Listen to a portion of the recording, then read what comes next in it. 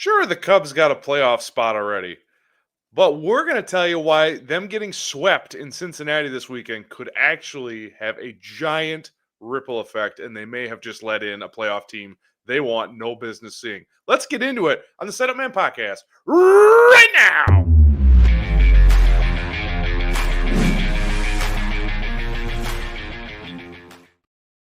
Did that sound like fake enthusiasm? Because it might have been. Because yeah, it was. What a horrendous weekend for the Cubs. Brutal. I'm Alex. That's Ty.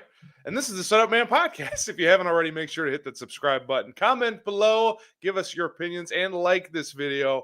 And if you're listening on audio, do us a favor. Please give us a subscribe there and leave us a 5-star review. All of which to help us get the word out to other fellow Cub fans and continue to build this community. On the agenda today, we are talking Cubs-Reds and the misery that occurred this weekend. Then we're going to talk wild card standings because with the Cubs getting swept, things are going to get awfully spicy this next upcoming week. And finally, we'll take a look at Cubs-Mets back at the friendly confines of Wrigley Field. Okay. Ty. Oh, you know what? We have breaking news. Before we even talk about the actual game, we got some breaking news. For the fans of the Setup Man, we now have a playoff plan. So, the playoff plan will be, did I fool you? There's no actual breaking news. Yes. Playoff plan. So, starting Tuesday, September 30th? Yes. Tuesday, September 30th, and every playoff game after that. As long as they're in the playoffs, we are doing a live episode recap. Just like the days in April, we will be live on YouTube to talk about the game right after the game. So make sure you, hit that subscribe button if you haven't already for all that fun content. But after every postseason game, Ty, myself, Kyle, the full bullpen, you never know. We will all be here to recap each individual playoff game. So make sure you tune in for that. All right. Cubs get swept in Cincinnati, Ty, and where do you even want to start, man? I said in the previous episode that they lose the first two based on the hangover being normally 2 days after the age of 23, normally for most guys. And then to see them have such a dud of a performance in the following two and getting swept is incredibly disappointing to see. I think most fans are going to sit there and question themselves on how they should react to this, right? Because you look at it and go, yes, I understand they got swept. Yes, I understand Cincy's on a heater. Yes, I know that now we have a 3-game lead on San Diego. At the end of the day, there's also that side of it. Yes, that they solidified the playoff spot, and it's hard to get negative at this point. And for a lot of fans are probably sitting there being like, can we just have playoff baseball at this point? So I lean a little bit more on the concern side just because, Alex, and we've talked about this a multitude of times, this team is going to have a much better situation going into the playoffs with 3 home wildcard games versus having to fly all the way to San Diego for 3 games, right? And so that's why I felt that while I jokingly said that the hangover would last 2 games, I also, in the back of my mind, thought, well, this team hasn't lost 4 in a row all year. They're at least going to pull 1 out of this series just because of, there's going to be a little bit of sense of urgency because all the players acknowledged during their celebration of achieving their, postseason appearance, that the job's not done. And to watch this team really have no competitive edge the entire weekend was concerning. I'm just glad that they get to go back to Wrigley at this point because I think this team could use a little bit of juice from the fans. And I hope the fans do bring that energy this upcoming week. But Alex, I mean, overall, man, it didn't feel good from the start. Talk about Hunter Green just going out there and almost no-hitting them in the first game, which we all laughed about and said that was the most predictable L of all time. But then for them to then have a chance against Nick Lodolo and actually look okay Then Shota Imanaga doesn't show up, and then Porter Hodge decides that he's just completely out of the picture for the rest of the season. But game 3 and 4 is where I'm very disappointed in this ball club. And that's where I stand with this series, Alex. It sucks, my friend, that we can't at least go into the Mets series with at least a 4-game lead, right, up against the Padres. Now we really, really have to do well over the next 6. It's funny, as frustrated as I am by this series, a really tough road trip in Pittsburgh and Cincinnati. They went 3 and 4. It just feels crappier because they just didn't show up against Cincinnati. But 3 and 4, okay, that's not great, but they did clinch a playoff spot in the process. Okay. The Reds thing is interesting. We don't talk about it a lot, but the Reds low key have had the Cubs number for a little bit now. This season, now they finished the season against Cincinnati 5 and 8. It feels like every time they go to Great American Small Park, it plays like a small park. I mean, you and I were texting. I said Reds are playing home run derby this weekend, and Yeah. 8 home runs by the Reds, 4 by the Cubs. And I'm pretty sure Spencer Steer just hit another one while we were talking. That dude, I'm tired of seeing him. My God. I mean, if you look at Tyone was awesome today. Okay, so exclude him. Yeah. And actually, Colin Ray on I was just about to say there were a few appearances that looked pretty good. Yeah, and then Assad was fine. Shota Imanaga is the one that I have some concerns about now, and why I do think you absolutely need to get that home series at Wrigley, because Shota's going to pitch in one of those 3 games, which is deserved.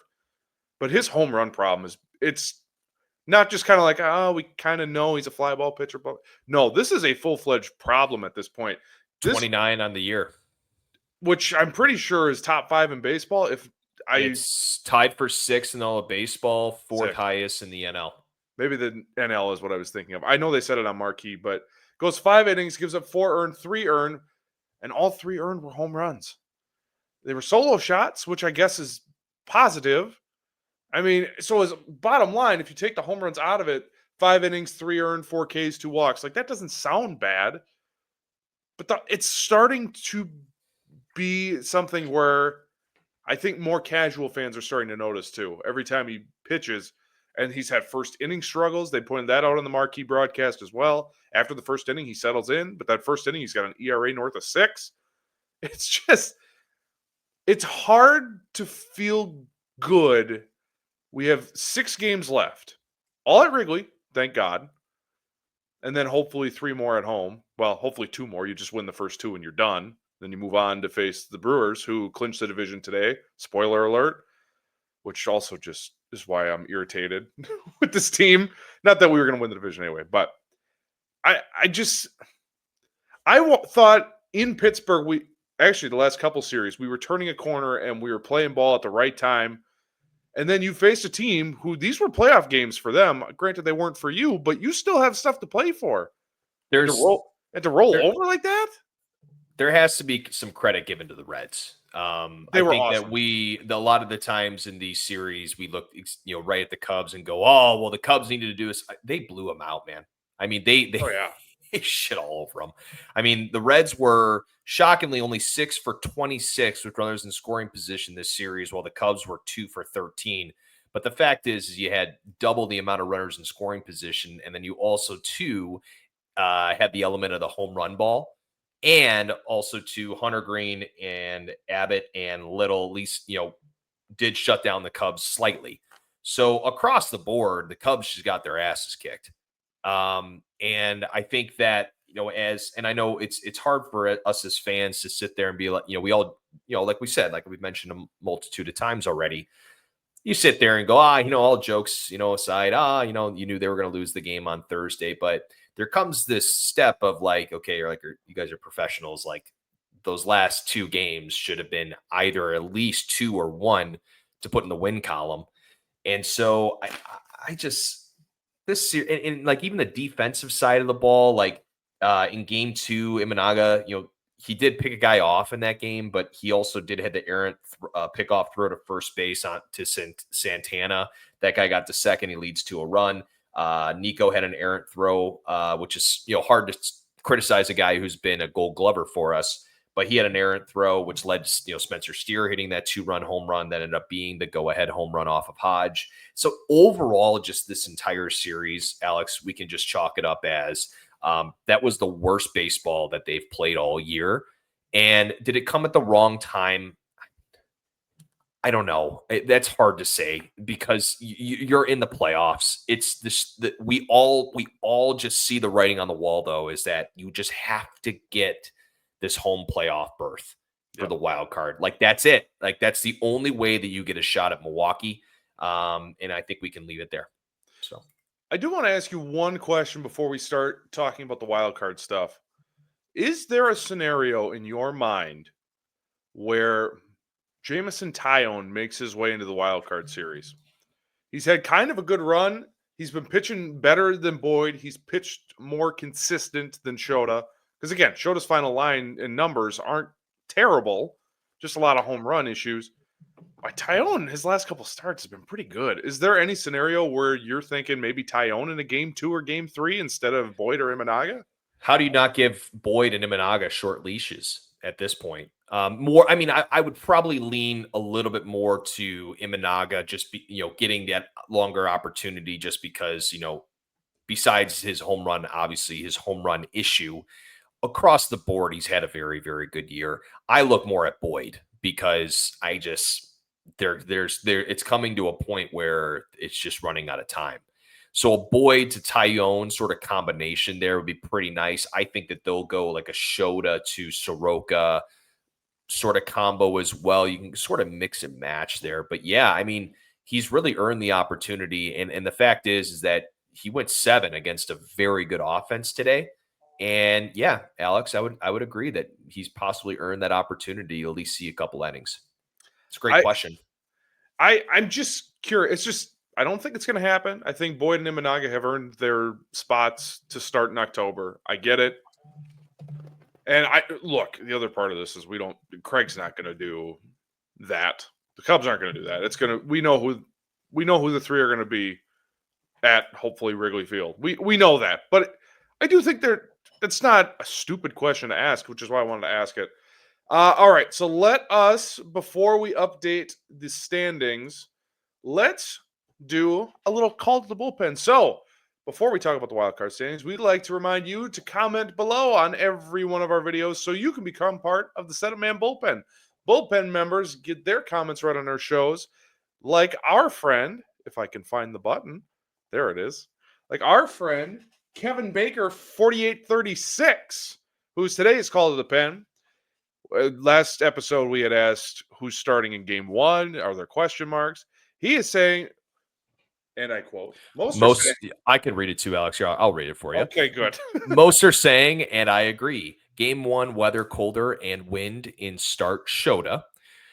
Cade for game 2, and then Boyd short lease for game 3. If wind out warmer, question mark, start Cade game 1, Shota game 2. Also, let me get in to buy a wild card game, please. Kevin, we do not have any tickets at this time, my friend. But Mr. Baker, you are the call to the bullpen this week. And so, Alex, I look at it this way.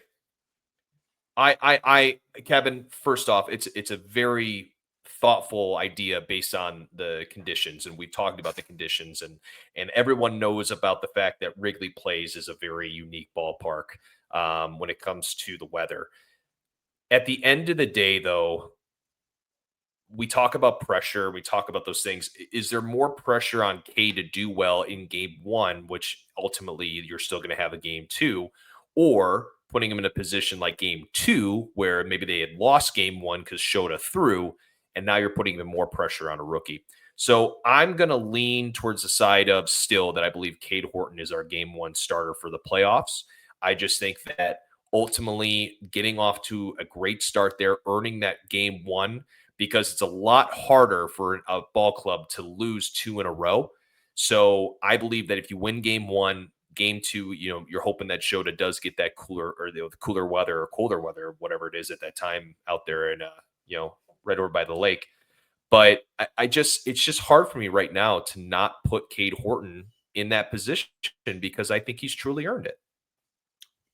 No questions, Your Honor. I'm right there with you. Beautiful. Yeah, I he's definitely earned it. He's been their best pitcher. You throw your best pitcher, set the tone. Game 1, no matter who you're playing, where you're playing, it doesn't matter. Cade Horton could set that tone, and it's a lot easier to win a series if you win the first one versus if you're down 0-1. Now you're going to win 2 in a row against a playoff team because they're in the playoffs. Versus, hey, you're up 1-0. If game 2 doesn't go well because you throw Matthew Boyd and he has one of those iffy starts, guess what? You're okay. You still have one more game to play. Whereas if you start Shota, Boyd, Cade, or whatever, now you're fighting for your life. So I'm with you 100%. Let's go Cade. And I think honestly, with Shota struggles and Boyd struggles lately, I think Cade cemented it this weekend. Truly. All right, let's talk about the wild card standings currently as of recording. This was just taken off hot off the presses of ESPN.com. So let's flash it on the screen. So the Cubs are still at this moment in time 3 games up on the San Diego Padres. With their win today, the Cincinnati Reds are tied for the last wild card spot with the Cubs' upcoming opponent, the New York Mets. Arizona still hanging on. They are a game and a half out. San Francisco starting to fade a little bit. They've lost 3 in a row. 3.5 out. St. Louis 4, and Miami also on the outside looking in. But again, I said on the last show, we can probably cross Miami off unless they have some sort of ungodly type run, which, I mean, they're building. They've won 5 in a row, 9-1 of their last 10. So I guess look out for the fish. But Yeah, who knows? it's Well, you and I were talking before we even hit record. With the Cubs letting the Reds sweep them this weekend, now the Mets, who you have coming up next, that series becomes way more important because now they're fighting for their playoff lives. And did the Cubs open the door for the Reds to make the playoffs? Yeah, kind of. And as I just said earlier, they're 5-8 on the season. If for whatever reason Cincinnati can face the Cubs or anyone else, they're kind of dangerous. Yeah, thankfully, unless this situation gets incredibly out of hand and San Diego just completely shits the bed, ultimately you wouldn't see the Reds until the NLCS, which is not out of the possibility or not out of the realm, just because that rotation is incredible and that offense is young and they're fearless, and you can just tell like they give off this vibe of we're just gonna play ball, and like for a lot of teams that are that young and haven't experienced playoff baseball, like we saw it with the 2015 Cubs, those teams are very dangerous because you end up they don't let these situations haunt them, right? When it comes to the pressure and those sorts of things. Now, as you could see there, now, Alex, go ahead and throw that standings back there on the screen really quick. Now, you can see, though, that Cincinnati away from Great American Ballpark has not been all that great at 36-42. Like, for example, the Cubs are 42-39. Before they were 42-35 before this series here today. Now, ultimately, of course, and you could take that off the screen there. Now, ultimately, most teams are, of course, not going to do as well at home, or sorry, not do as well on the road as they would at home. But again, it's all timing, right? It's all about how you are going into the playoffs versus before. Like, for example, the Detroit Tigers have somehow, some way, possibly lost the division, which was a team that many people predicted to go to the World Series. Obviously, they absolutely have the opportunity and probability still to make the World Series.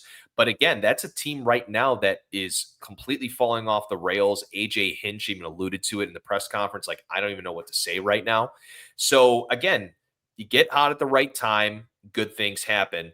But again, they're going to have to, they're going to have a pretty interesting series, which they'll ultimately probably play the Dodgers. The Reds will, and they could easily beat the Dodgers. I'm sorry, like the rotation is that good that they could easily beat the Dodgers. And then they're playing Philly, and who knows what can happen. And that's playoff baseball. We saw it with the D-backs a few years ago. I don't mean to bring up that team because Ricketts will tell you in the first place what that team did. But again, it's tough. Now, Alex, here's where I think it gets really interesting. Okay. So I want to break down sort of just what the situation looks like, unless you had anything to add on what I just brought up. Okay. So, right now, as we all know, the Cubs have a 3-game lead up on the Padres for that top wild card spot. If they ultimately go 4-2 and win 4 out of 6 in the next 6 games, they will clinch that playoff spot or that top wild card spot, right? Ultimately, that would be just amazing. Win 2 out of 3 versus the Mets, you have a really good chance of winning 2 out of 3 versus St. Louis. Now, below that, if you're winning 3 games or less, San Diego really has to go on a heater. Okay. So, for example, if the Cubs were to go 3-3, the Padres would have to go 6-0. And then that's where things get really, really interesting. Because if we look at the tiebreaker after, when it comes to, record against both teams, obviously they're tied here on the season between the Cubs and Padres. So now it goes to interleague record, which the Cubs right now are 27-22 on the year, and they have 3 more games against St. Louis. The Padres are 29-20, so technically a 2-game lead up in that aspect, but they also have 3 against Arizona, which Arizona's fighting for a playoff spot.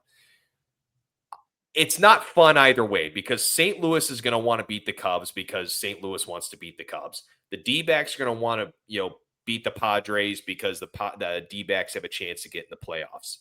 And it's a rival. It's pure chaos, dude. So, for example, it's scary because if the Padres do end up sweeping Milwaukee when Milwaukee comes to town here, which again, Milwaukee just swept, so they clinched now, here, really quick, let me look at something. So Milwaukee is still fighting to get the top record in all of baseball for the NL. So that's something at least they're playing for. But ultimately, Alex, there's still a lot of things left here that could change, and we could ultimately be going to San Diego for the wild card game. So all I'll say is win 4 out of 6 and call it quits and call it good. But the Mets are fighting for a playoff spot, and of course, like I mentioned, the Cardinals are not necessarily wanting to see the Cubs be all happy out there at Wrigley on the 30th. So it's just a tough situation, man. That really getting swept there was it didn't help things. No, it was a kick in the shorts, and they really at this point did not need it because now you got 2 series coming up to finish your season against really quality opponents. Now, this is an opportunity for you to right the ship, play 2 quality opponents before you basically hit and hopefully hit the ground running come September 30th, game 1 of the wild card. That would be fantastic. But let's get into the Cubs Mets preview. So the Cubs have announced their starters. Only game 1 has been announced for the Mets, but I have ESPN stats up, so we'll go through it. But game 1, we know for sure, will be hopeful National League Rookie of the Year, Cade Horton versus David Peterson. Horton on the year, you already know, stud. 11-4, a 2.66 ERA, and Peterson comes into that matchup with a 9-6 record, a 3.98 ERA. Now, game 2, we'll see Matthew Boyd versus, according to ESPN, they are projecting Jonah Tong, who is a rookie. He's been pretty solid, one of really their best pitchers of the last month. His stats on the season, according to ESPN, he's 2-2 with a 5.94 ERA. You know what? I might have been thinking of the other guy that they have projected. Sproat, I think, is the rookie that everyone's all hopped up about. Anyway, Jonah Tong on the season, 2-2. Both are. They're both. All Mets fans are hyped about both. Just Okay. so you know. Yeah. Well, and I'm quick doing this on the fly. And yeah, his numbers have been pretty good. He had 1 bad outing against Texas on Friday, the 12th of September, but otherwise 2-2 on the season at 5.94 ERA. If he indeed is the one to pitch against Matthew Boyd. Matthew Boyd, 13-8 with a 3.20 ERA. And again, it just has not looked pretty. So we'll see, unfortunately. Then game 3, also Wednesday's game 2 will be on ESPN. And Tuesday's game will be on TBS. So a couple of national spotlight games for the Cubs. What a time that would be for Cade Horton to cement his Rookie of the Year status on TBS on Tuesday night. And then finally, Shota Imanaga announced for the Cubs, 9-7 with a 3.37 ERA, going up against who ESPN thinks is Brandon Sprout. 0-1 on the season at 3.94 ERA. And this is the guy that the Mets fans are really excited about. He's gone 6 innings in 2 of his last 3 starts, and he's been pretty good. So it's going to be an uphill climb for the Cubs, but I mean, we've kind of mentioned it. 2 out of 3 is the goal here, right? 100%. 100%. And it could take so much stress off those players, right? Because like I said, like, if you, let's say, win 2 out of 3, and then for some reason you win 1 out of 3 against St. Louis, like even if you go 3-3, the Padres would have to go 6-0 in their next 6 games, right? And so that overall, it's just, you put a lot of pressure on the Padres ultimately if you win 2 out of 3 in this series against the Mets. That should be the goal. Interesting enough, though, weather-wise in Chicago over the next 4 days is a little concerning. Next 3 days, because they have the off day Tuesday, Wednesday, Thursday, excuse me, does look like rain in the forecast all 3 of those days. Wouldn't that just be something as well? Might as well just create more drama here for the end of the year. But I want to talk about a few things with this series. So David Peterson, 21 earned runs over the last 4 starts. Against Cade Horton is just such an ideal matchup, just because, again, if you can grab game 1, oh man, that would just do wonders for this ball club, especially after what they just experienced there in Cincy. And I think also too, would take away the debate of who the game 1 starter is, just because this is a game that you need. And if Horton show up in the big moment like he always has, that'll solidify him to be ready to go for game 1 that following Tuesday against hopefully the Padres in Wrigley. He right now is minus 350 on ESPN to win Rookie of the Year, which ultimately, unless he just has an absolute blow up and Drake Baldwin goes absolutely obliterates it, the baseball over the next, 7 days, things might change, but no, it's looking pretty solid at this point. Jonah Tong and Brandon Sprout, interesting arms, both rookies. Jonah Tong looks a lot like Tim Lincecum when he throws, so I'm excited for some Cubs fans to be able to watch him throw. But versus San Diego last time out, 5 innings pitched, 4 hits, 0 earned runs, 0 walks, 8 Ks. The start before that, though, he only, I believe, went like 2 1/3. Again, it's a rookie, right? And I'm sorry, Jonah Tong and Brandon Sprout aren't Cade Horton. They're just not. So No. we can probably expect them to. That's a lot of pressure to put on a guy like Jonah Tong and Brandon Sprout, because they haven't had like the opportunity to pitch an entire second half or pitch an entire year. They've only had a few appearances this year. Like, for example, Brandon Sprout's only had 3 appearances. So this is a massive moment for both of those guys. And so having Colin Ray, a seasoned veteran, Matthew Boyd, who really wants to bounce back, Cade Horton, of course, who's Cade Horton, I'm feeling really, really good. Now, the 2 hitters right now for the Mets that are of a little bit concerned based on how their numbers are in September, Pete Alonso with a 977 OPS in the month of September, and then Juan Soto over 1,100 OPS in September as well. So 2 hitters that we need to neutralize in that lineup. The rest of the lineup has been pretty bleak for them. Francisco Lindor has right around an 800 OPS. I mean, he's obviously always a threat, but really the rest of that lineup, like, this is where we need our hitters to come into play, because they haven't shown up over the last 4 days. Like, we need you guys in this moment. So tomorrow, or excuse me, Tuesday, when they do play and we get to see our Rookie of the Year on the mound, being able to pitch, and second half MVP for this team in Cade Horton, I feel ultra confident that we're going to have a good result. Because again, folks, going back to what we discussed, if you win 4 out of 6, you clinch. You win 3 out of 3, you feel really good. 2 out of 6, we're going to need some help. So again, I know, Alex, we talked about it at the beginning. Like, how do you feel about just everything going on? How does it feel to possibly let a team get into the playoffs? Right your own ship at this point. Figure out a way to win 3 out of the 6. 4 out of the 6 would be the best. But be a ball club that teams have feared all majority of the year, but be that team. Like, we need you to come out and be ready to go for the most important 6 games of the year. Yeah. This is the time They control their own destiny here. Do you That's want home it. field? Go get it. None of this, well, if they help us out, then it doesn't. You want home field? You want to play playoff games at Wrigley Field? Because I can tell you ownership does. They want that money. And you want the fans behind you. Go freaking get it. Now's the time to, as you said, right the ship, get hot, play good baseball heading into the playoffs. Just like your dog just said. Literally the exact same words. He gets it. He gets it. Are the dogs in the house or aren't they? All right. I needed that. I felt good. That felt good. You know, I'm feeling okay. I'm feeling better after this episode now. I'm feeling a little bit better. While that was therapeutic, I just got to see it, man. The Mets are not just going to be like, oh, you guys want home field? Here you go, as they're fighting for their playoff lives. With that, I mean, that team's going to be fired up. And they got two of the best players in baseball in their lineup. Welcome to what could be the most chaotic week in baseball we've had in a long time.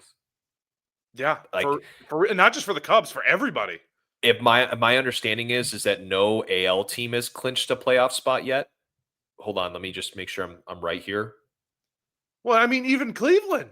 Toronto clinched. Toronto clinched today, but yeah, like Cleveland is just they were left for dead, and now they could win the Central. Like what? I mean, it's insane. This is going to be a crazy week of baseball, and you can experience that all with us here on the Setup Man. So on your way out the door, make sure you hit that like and subscribe button for us. Comment below. Let us know if you agree with anything we said or you just want to yell at us. That's fine too. Otherwise, audio only. Please do us a favor. Hit that subscribe button on Apple, Spotify, or wherever you get your podcasts and leave a 5-star review. Ty and myself will be back Thursday night to recap Cubs Mets and hopefully a series victory. And then we round it out and preview the St. Louis series. It's going to be a fun week. So I'm Alex, for Ty, for Kyle, who's not even here, but he is the founder of this whole thing. Thank you for listening, for watching, for commenting. We will see you Thursday night. Go Cubs. Let's get this thing rolling in the right direction. I'm going to go ice up.